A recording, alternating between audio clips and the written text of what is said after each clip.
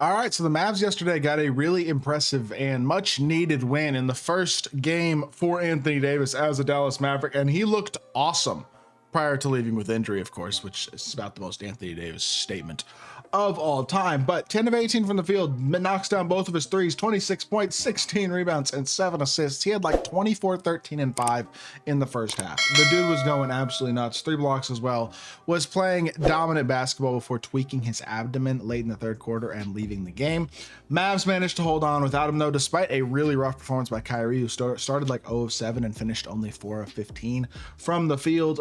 Clay contributed 13 points, and then Max Christie contributes 23 off the bench, 9 of 10 from the free throw line, 4 of 5 from 3, and contributed a big offensive performance in his own right to help the Mavs get a win. Overall, really good win against a very good Houston Rockets team, and it's the type of win that definitely kind of demonstrates the formula for competing at a high level against top tier teams in the Western Conference. Now, to be fair, no Fred VanVleet in this game, and also who else was missing? Somebody else was missing from this game.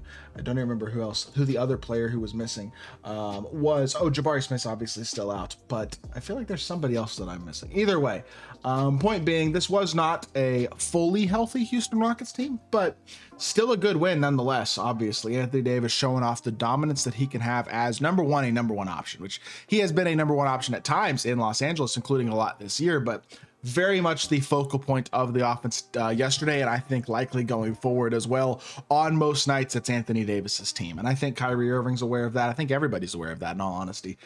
He's going to be efficient. He's going to dominate on the interior, and he's going to stretch the floor a bit as well from the mid-range for sure, but also from the three-point line occasionally. And I think him playing the four, that's his natural position. It's how he feels comfortable. And sometimes, though, I don't always love the idea of that inside big plus and a more inside four in Anthony Davis. I think he can mess up some of the spacing at times. It's always worked for AD, and it's always been something that has led to success for his teams. I mean, in 2020, the Lakers won a championship playing JaVale McGee and Dwight Howard at the 5, pretty much exclusively with AD at the 4. And I mean, he's got this floor spacing ability, I think, to do that at a high level. And this is a Mavs team that, I mean, look, their biggest concern to me is pretty clear, and I think it was clear yesterday. Kyrie Irving did not play that well, and that mattered. I mean, if Kyrie's not on, they don't have a ton of shot creators. Like, AD can go create his own shot for himself, but they don't really have that playmaking, high-level secondary ball handling option. Unless you think Spencer Dinwiddie is going to be able to come in and contribute that role. Jaden Hardy on some nights is going to probably have to as well.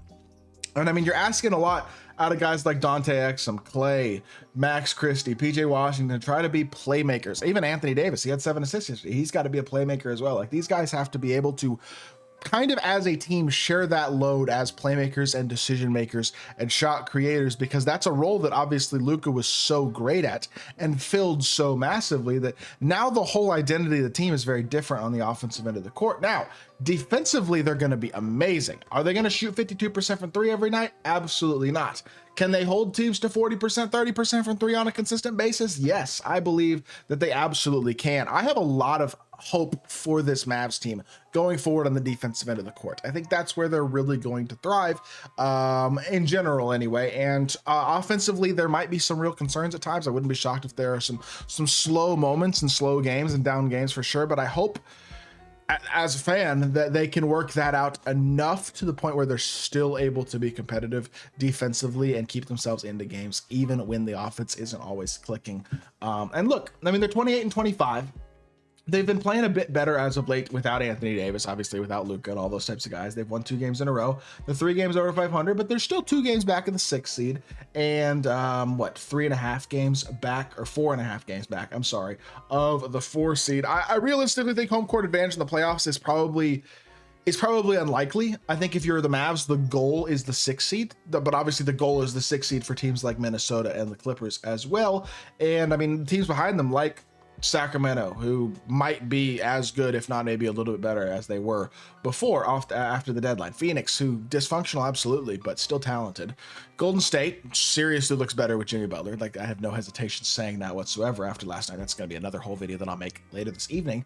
And then the Spurs, who are probably not a playoff team this year, but with De'Aaron Fox and Victor Wembanyama, you never really know. And I think overall they're going to be good as well. So this is an interesting situation here, but there's so many other good teams in the Western Conference that you absolutely can't just guarantee pencil in a team, even with Kyrie Irving and Anthony Davis as like a guaranteed playoff team. But I have to assume the Mavs over the next 29 games, however many left in the regular season, are really going to try to make a run towards a top 6 seed in the Western Conference, guarantee themselves a playoff spot, stay out of the play-in, and set yourself up for a first-round matchup against a team like Memphis or Denver or LA or the Rockets. Like, those are beatable teams. Every single one of those teams is beatable, especially now that the Lakers don't have great center depth.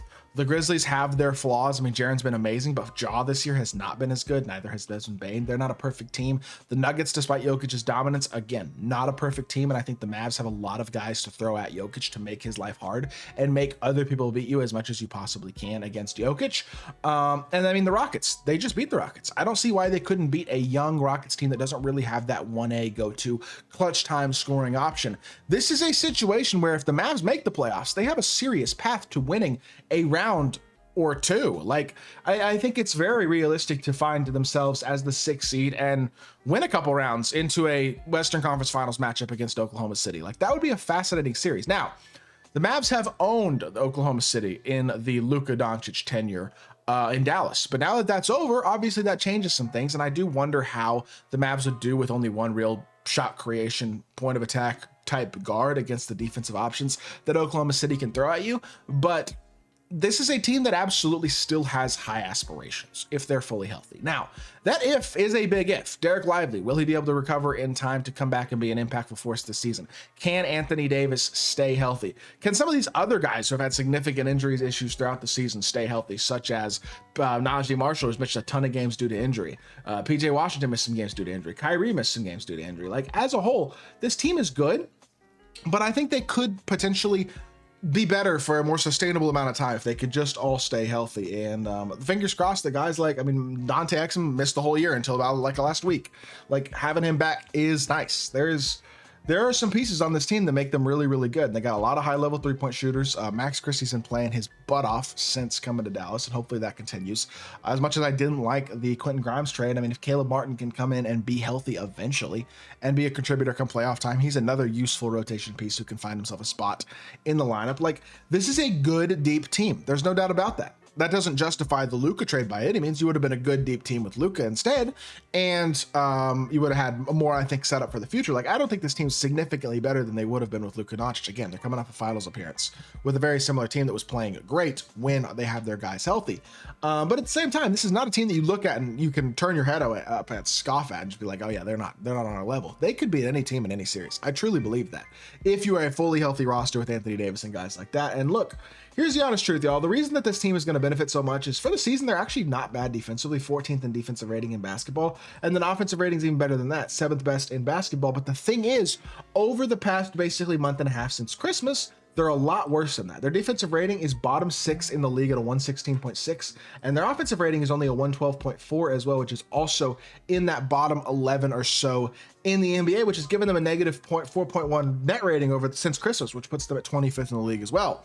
But you see that includes, by the way, dominant win over Boston and then impressive win over Houston as well. 2 really good wins in a row that are factored into these stats. Prior to that, they were really struggling, 6 of 15 in their last 21 before that. And look, here's the honest truth, y'all.